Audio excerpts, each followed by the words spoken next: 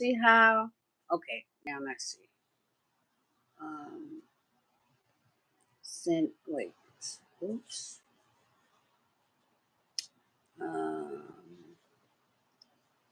oops. Hold on. Okay. Wait.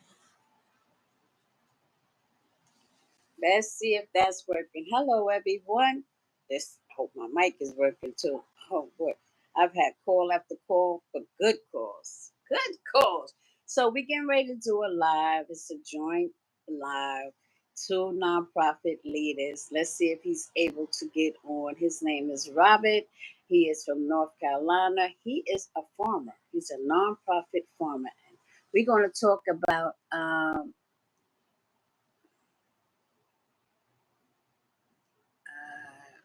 please do messenger. Um, I don't know who that is. Is that him? Let's see if that's him. Oh yeah.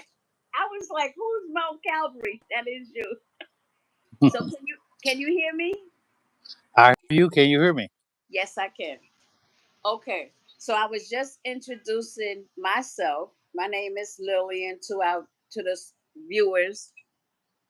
Um, my name is Lillian. I'm a nonprofit executive in the New York tri-state area. Our mission is to service seniors and the homeless, which we call unhoused, in the tri-state area, Bronx, um, Brooklyn, Queens, Manhattan, Staten Island, our five boroughs. And we're making sure that a lot of seniors get, a little extra help. That's it. So, Robert, please give a little edification of yourself for my viewers. Well, my name is Robert Osborne Moore. I'm in North Carolina, southeastern North Carolina, Duplin County to be specific, east of 95 for any of you New Yorkers who are from North Carolina. Uh, I run a nonprofit. I'm programs manager and vice president of FMBC of Magnolia Ministries. FMBC stands for First Missionary Baptist Church.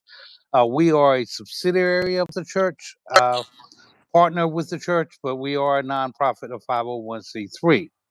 Now, our mission is to educate, to, um, I don't know it by heart, I do apologize, but basically, we look at life as a holistic approach: education, health, wellness, food, nutrition, civic engagement.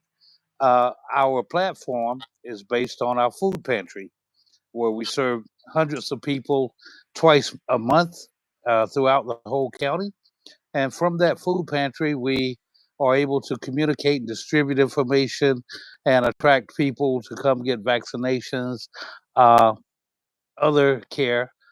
We're right now creating a health hub where people can get great access to health care by coming in. They can do virtual doctor visits. We provide some computers, the internet, things of that nature. And we have a Stay Fit for Life initiative where it includes walking, diets, and things of that nature. By the way, Lillian, have you ever heard of the Blue Zone? The Blues Hall, Blue Zone. the Blues don't know. Well, well, basically, that's areas of the world where people traditionally live to be over 100 years old. So Wow. part of it is their diet and their lifestyle and things of that nature. But we're introducing people to those type of lifestyles and things of that nature so that they can look at extending their life and combating chronic diseases like diabetes, hypertension, things of that nature. But that's a Great. brief of what we're doing. So, That is great. So, the reason I wanted to start jumping on with people of same caliber, like a nonprofit leaders, is because I'm going to switch over and have a podcast, and I'm renaming this YouTube to become a podcast. And I've always said that all of the nonprofit leaders that I do know, I'm going to interview them and stream them on this live. So I thought of you first, and I wanted to talk to you first things first about funding, about did you tell them about your farming? Well, I didn't. We also, my son and I, who is a graduate of North Carolina A&T State University, Aggie Pride, we are revamping our family farm. For many years, the family leased out its land to the big industrial farmers, which many African Americans in the South do, and we get pennies on the dollar when they're making hundreds of thousands of dollars. So we decided we would farm our own land, and from that farm, we created a community garden as well, where we partner with the nonprofit to do internships of young people, training them on organic farming as well as agricultural safe practices. And we also contribute to the food pantry.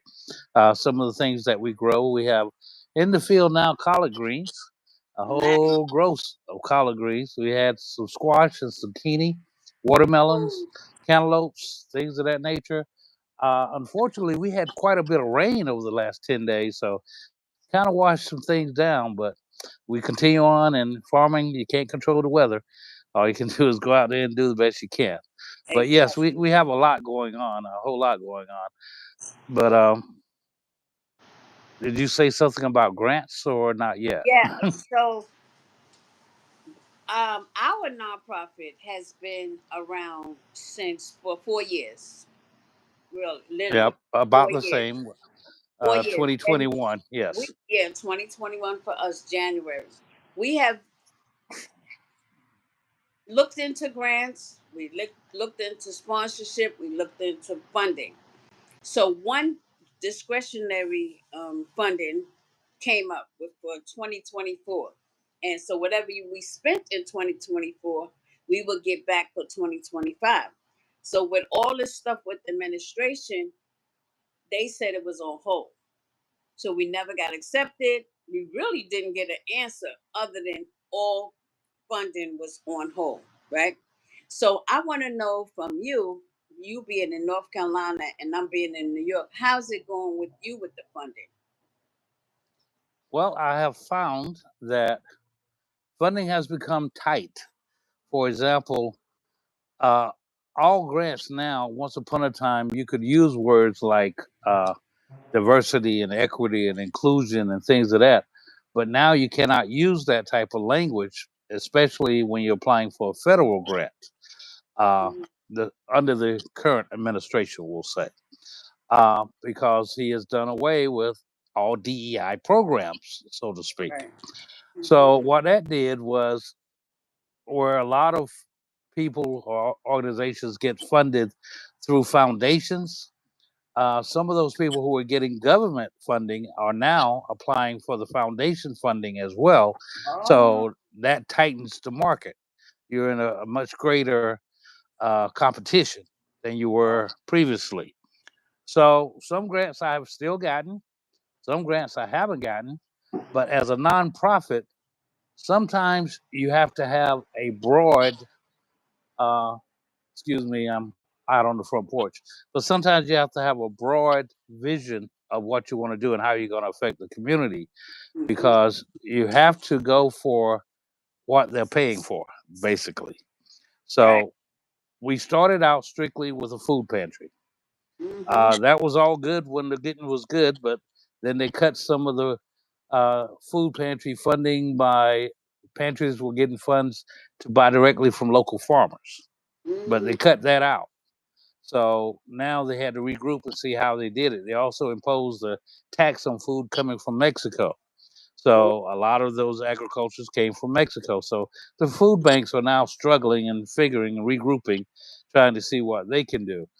In the Hmm. meantime, the community needs food. Yes, they do, but they need a lot more than food.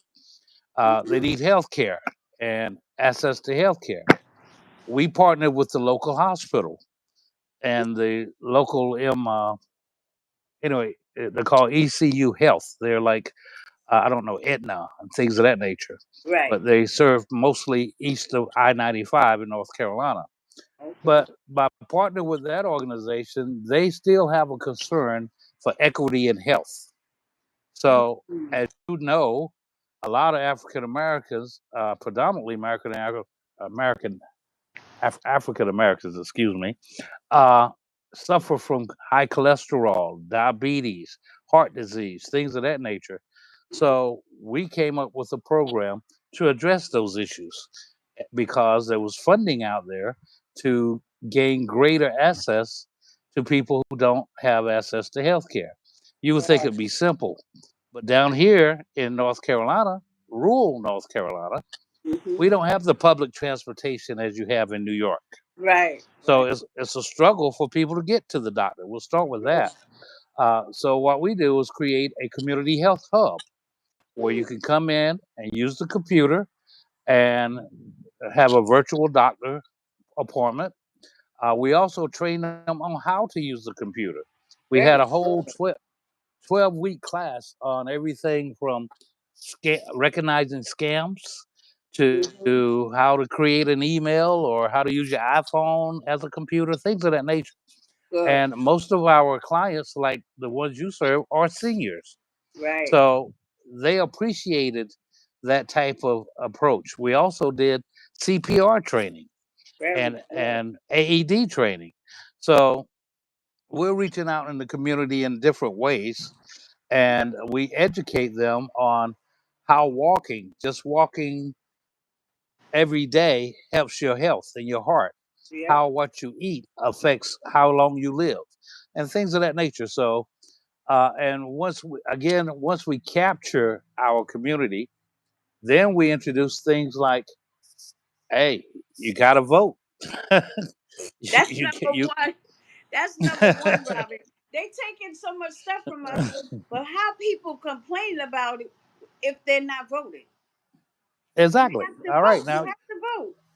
and we have to educate them like the importance of this midterm election. Uh, Here,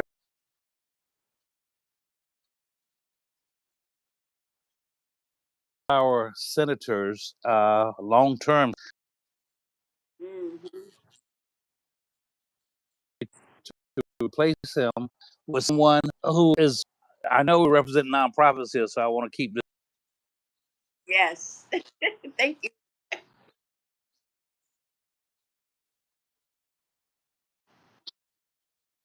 that we Hmm. represent. Okay, so we want to make sure people understand what people stand for Right. and what their record is for, and if that vote is going to hurt you or help you. Right. So we're going to educate the public So and let them make that. we're going through the same thing here. We have local elected officials. We have to make sure more than any time now is that they are on the same wavelength their communities are. We cannot afford Exactly. to lose no daycares, no libraries, no um we have what we call No out free lunches at school. right. We and what we Free call lunches at school, yes. outreach programs for the seniors that emerge urgent care. Now, everybody don't have access to, like you said, transportation. I mean, we have these Yes. things they call transportation, accessorized stuff like that. But they taking so long. I saw it today in my own neighborhood. This lady was waiting for her accessoride, and they came and went, and she's trying to contact her doctor. And I'm outside and I'm like, my eyes on the seniors. I'm like, you okay? She said, my ride left. I said, see? And she's trying to contact the doctor, telling them she can't make it to the appointment. I told her she needed to cancel anyway because it's a big, bad storm coming through. Go upstairs and do all of that. Don't stand out here. That's looking out for our seniors. But we just like North Carolina, South Carolina, I have family, friends in South Carolina, I have friends in Tennessee, Texas, Ohio. Everybody's talking about the same thing.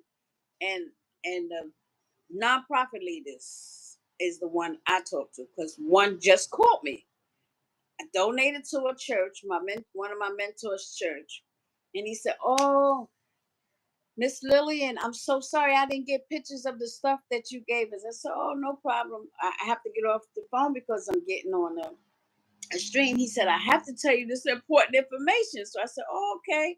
So he tells me that a friend of his, a nonprofit in Florida, wants him in New York to find somebody to partner with them to receive a whole bunch of clothes that we would wear here, like heavier clothes.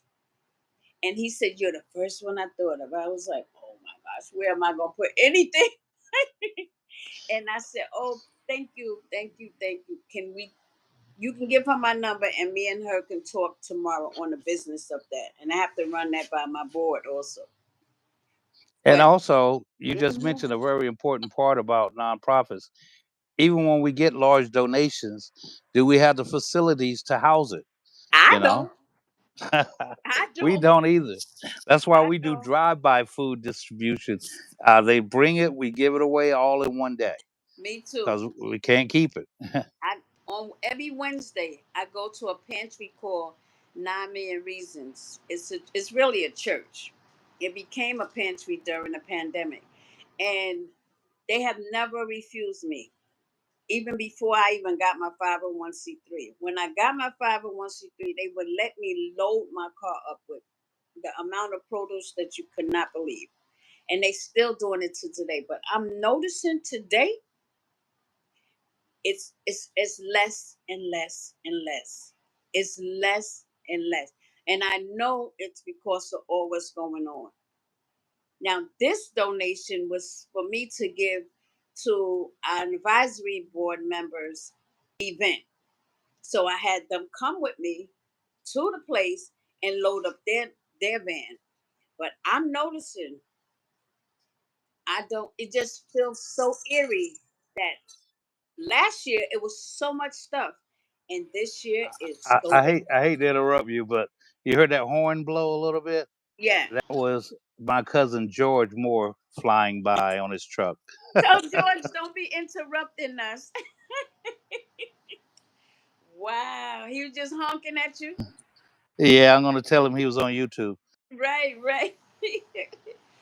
Yeah, so much is going on. But between us and our nonprofits, and you've been feeding tons and tons of people driving by, they couldn't get out their cars, and you would give food and food.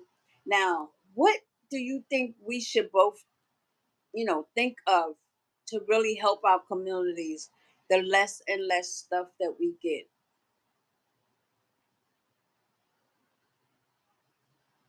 Uh oh, I don't hear you.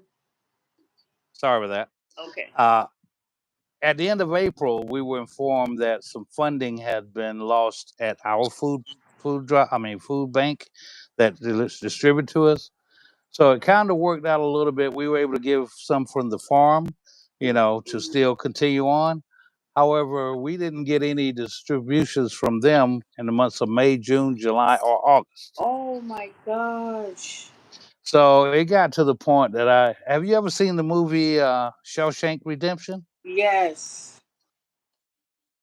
Kept writing to the prison system saying he needed a library. Yes. I started calling and texting and worrying them every day.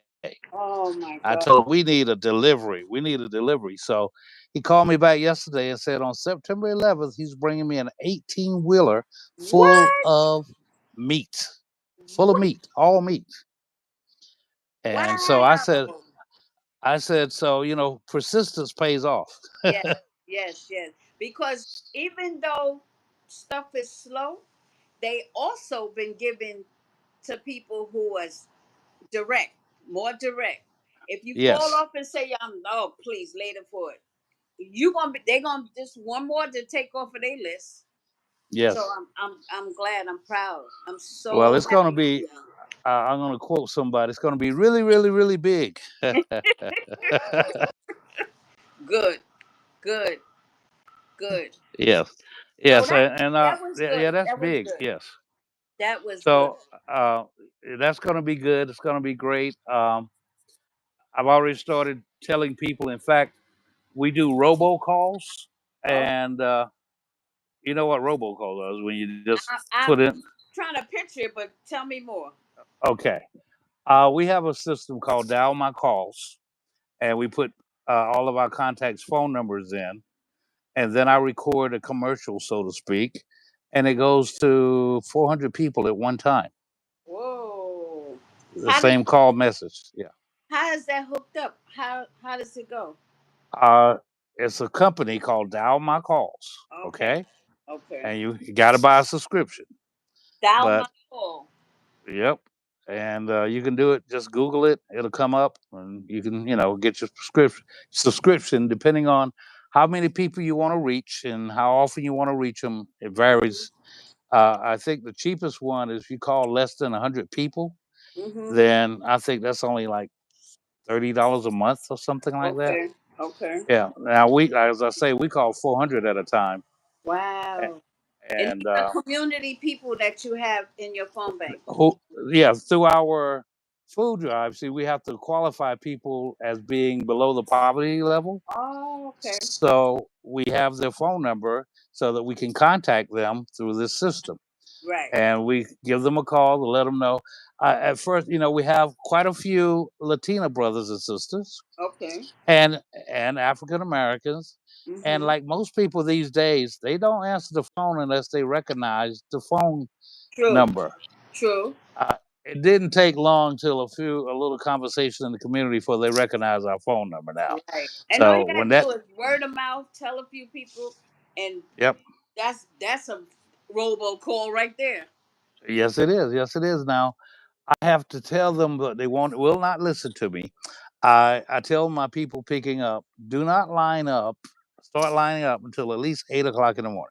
Okay. I get there at 7:30 and there's 50 cars in line already. But we're not Listen, going to start until 10 o'clock. You see what I'm saying? they don't But care. they're there. Listen, that's Yeah. good. I don't blame them. I'd be there too. Well, I will say that those in the front of the line sometimes get the best. I mean, I'm not going to say the best, but the bulk.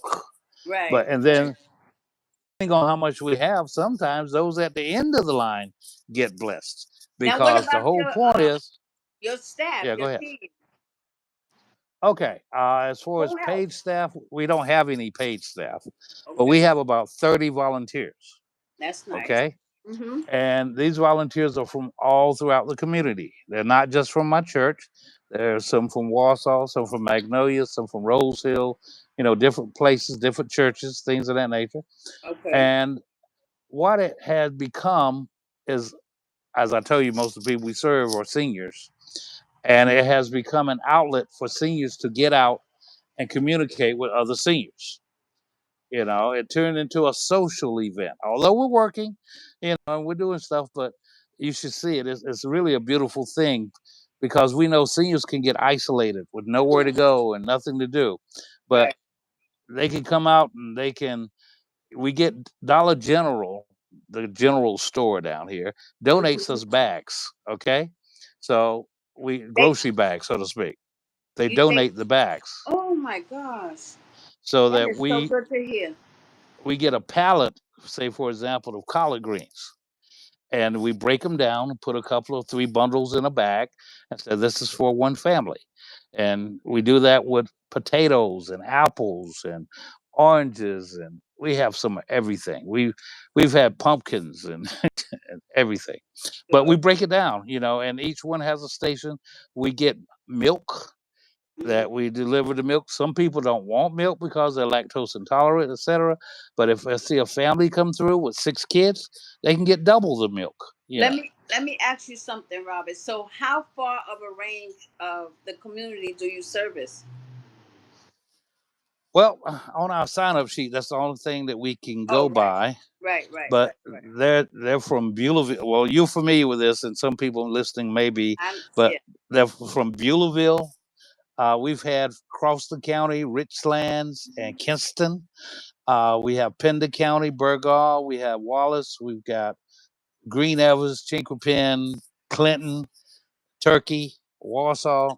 I'm telling you, Magnolia only has a total population of 970 some people. Every 2 weeks, we do 400 families. Wow. So that tell you they're coming from somewhere besides Magnolia. Good. Now us in the tri-state area, we have pantry lines, and you can sign up through. They also do according to your budget, Yes. or some just do walk in and show your ID. So the people that know that they might be over the budget but still need, they'll they'll seek out the pantries that you just assign your name and show your ID, because the majority are working people who need to Well, supplement what they get. to piggyback on what you're saying, one rule we have is unconditional, non-judgmental. It doesn't matter if they come through this line to get food. We're giving them food because we don't know their circumstance. Right. Okay. Hmm. They could be working. I don't think that they will wait in this line an hour and a half to get food if they didn't need it. Okay. uh, Exactly. and that's facts. That's the big thing. But when we do our drive by, we don't ask for any ID. We don't ask for no questions. If you're in this line, we're gonna give you food. Right. Period. Now we had to also have what we call is registered food distribution, because Hmm. we have to also, as a nonprofit, report numbers, Right. and that's how you get more funding, because they see the work that you're doing. Hmm. It's very hard to be a startup nonprofit, but once you get out there for a while and your reputation starts to build, people, it's easier. And I'm not going to say easier, but it's good that they recognize a name when it comes in on the application rather they don't. Well, see, me with me starting the nonprofit, they would call me a startup. And because I don't have sponsorship, I have donors. We have like 12 donors, our supermarkets, our community leaders who donate. But they the first time ever I heard somebody ask me was today, when because I was giving outside of a barrel, I guess. I don't even know why she asked me this. She said, "What's the food? What's the food sign up list?" And I said, I don't have one." She said, "Oh, okay." Because usually food distribution mean you got to sign for it.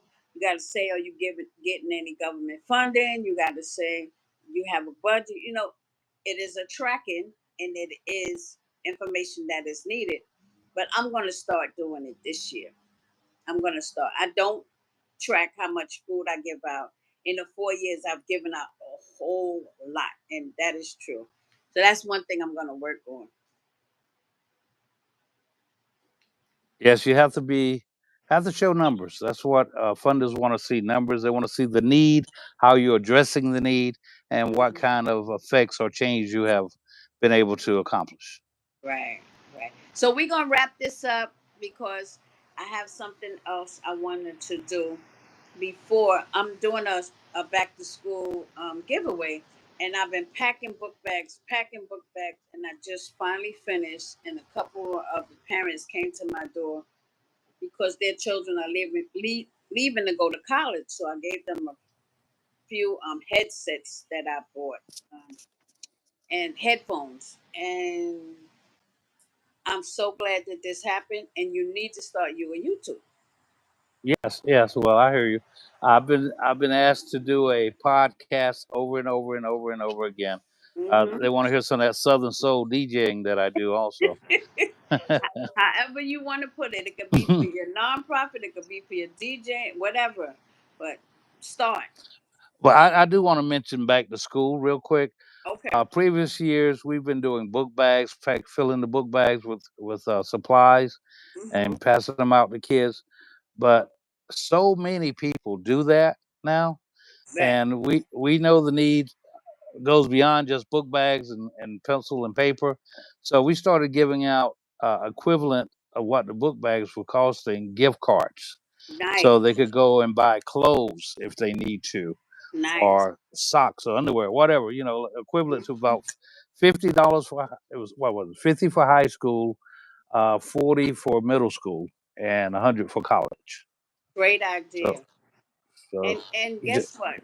it's not only the beginning of school. They needed winter break. They needed the spring break because usually ours is for the little ones. So Okay. they drag them book bags to smithereens. And Mm. so I'm always keeping like 10 or 20. And then in my building, I'll say to the parents, I have some book bags like that. They be so happy. So, Oh yeah, yes, yes, yes. That's great. Well, I see your work. You're making a dent. Don't ever get discouraged. Keep going and keep your head up. you too. You too. Thank you. We'll talk again. Thank you. Have a good day. You too. I don't even know how to come off of this. Oh, oh, yay. That was so beautiful. That was my first time interviewing someone on Lils4 Nonprofit Seniors and Homeless Corps because I do have a blog on Facebook and I do interview people. But this is for nonprofit leaders, and there's going to be so many more. Okay, so hold your horses.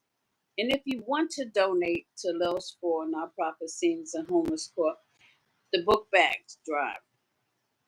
Now, I have 50 book bags that was donated, backpacks that was donated.